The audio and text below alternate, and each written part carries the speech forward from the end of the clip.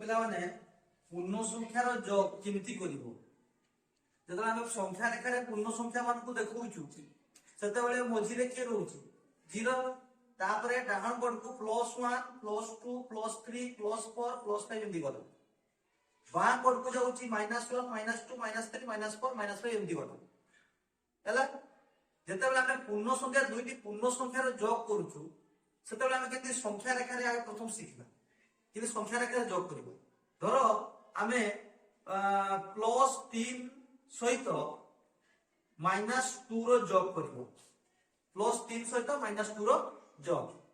ତେଣୁ ପ୍ରଥମେ ଆମେ କଣ କରିବା ନା 0 ପାଖରୁ ପ୍ରଥମେ ଆରମ୍ଭ ହେବ ସବୁବେଳେ 0 ପାଖରୁ 0 ପାଖରୁ +3 ପର୍ଯ୍ୟନ୍ତ ଗୋଟେ ତୀର ଦବ 0 ପାଖରୁ +3 ପର୍ଯ୍ୟନ୍ତ ଗୋଟିଏ ତୀର ଦବ +3 ପର୍ଯ୍ୟନ୍ତ ଗୋଟେ ତୀର ଦବ ହେଲା 0 ରୁ +3 ପର୍ଯ୍ୟନ୍ତ ଗୋଟେ ତୀର ଦବ ତାପରେ দ্বিতীয় সংখ্যাটি কেতে আছে সে কাহা সহিত যোগ করিয়া পাই কুয়াইছি -2 তেণু সেইঠু সেই যে +3 ରୁ ବର୍ତ୍ତମାନ ଆମେ ପହଞ୍ଚିଛୁ সেই +3 ପାଖରୁ ବର୍ତ୍ତମାନ ଆମେ ଡାହାଣ ପଟକୁ ଯିବା ନା ବାଁ ପଟକୁ ଯିବା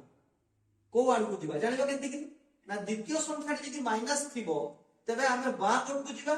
ଦ୍ୱିତୀୟ ସଂଖ୍ୟାଟି ଯଦି ପ୍ଲସ୍ ଥିବ ଆମେ ଡାହାଣକୁ ଯିବା ବୁଝିପାରିଲ ତେଣୁ ଆମେ এই +3 ପାଖରୁ ଯେହେତୁ ଦ୍ୱିତୀୟ ସଂଖ୍ୟାଟି ମାଇନସ୍ ଅଛି ତେଣୁ ଆମେ +3 ପାଖରୁ ଆମେ ବାଁ ପଟକୁ ଯିବା ତେଣୁ ବାଁ ପଟକୁ କେତେ ଯିବା ନା 2 ଦେଖ 2 ଦୂରତା ଯିବା 2 ଏକକ ଦୂରତା ତେଣୁ ଏଇଠୁ ଆମେ 3 କୁ ଛାଡି ଦେଇକି ବର୍ତ୍ତମାନ ଆମେ ଏଇଠୁ ବାଁ ପଟକୁ ଯିବା ଆମେ ବୁଝିପାରିଲ କି କହିଲି ତେଣୁ ଏଇ ଯେ 3 ଟା ପାଖରୁ ଆମେ ଆରମ୍ଭ କରିବା 1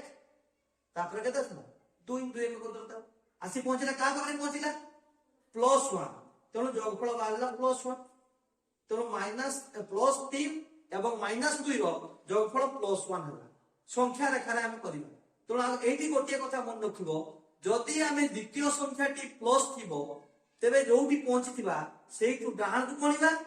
ଯଦି ଦ୍ୱିତୀୟ ସଂଖ୍ୟାଟି ମାଇନସ୍ ଥିବ ସେଇଠୁ ଆମେ ବାମକୁ ଗଣିବା ଏହିପରି ତମେ ସଂଖ୍ୟା ରେଖାରେ ପୂର୍ଣ୍ଣ ସଂଖ୍ୟା ମାନଙ୍କର ଯୋଗ କରିପାରିବ ସବୁଠୁ ଲକ୍ଷ୍ୟ କରିବ ଦ୍ୱିତୀୟ ସଂଖ୍ୟା ପ୍ରଥମ ସଂଖ୍ୟା ତ 0 ରୁ 0 ପାଖକୁ ପ୍ରଥମ ସଂଖ୍ୟାକୁ ପହଞ୍ଚିବ 0 ପାଖରୁ ପ୍ରଥମ ସଂଖ୍ୟାକୁ ପହଞ୍ଚିବ ଦ୍ୱିତୀୟ ସଂଖ୍ୟାଟି ଯଦି ପ୍ଲସ୍ ଥିବ ତା ପାଖରୁ ଡାହାଣକୁ ଗଣିବ ସେତିକି ଦ୍ୱିତୀୟ ସଂଖ୍ୟାଟି ମାଇନସ୍ ଥିଲେ ତା ପାଖରୁ ବାମକୁ ଗଣିବ এইভଳିଆ তুমি সংখ্যা রেখারে পূর্ণ সংখ্যা মানকর যোগ করে পারিব এটার অসুবিধা কিছু রইব নাই তুমি পূর্ণ সংখ্যারে যোগ অতি সহজে করে পারিব আগ সংখ্যা রেখারে শিখি গেলে তা পরবর্তী সময়ে বিনা সংখ্যা রেখারে মধ্যে করে পারিব।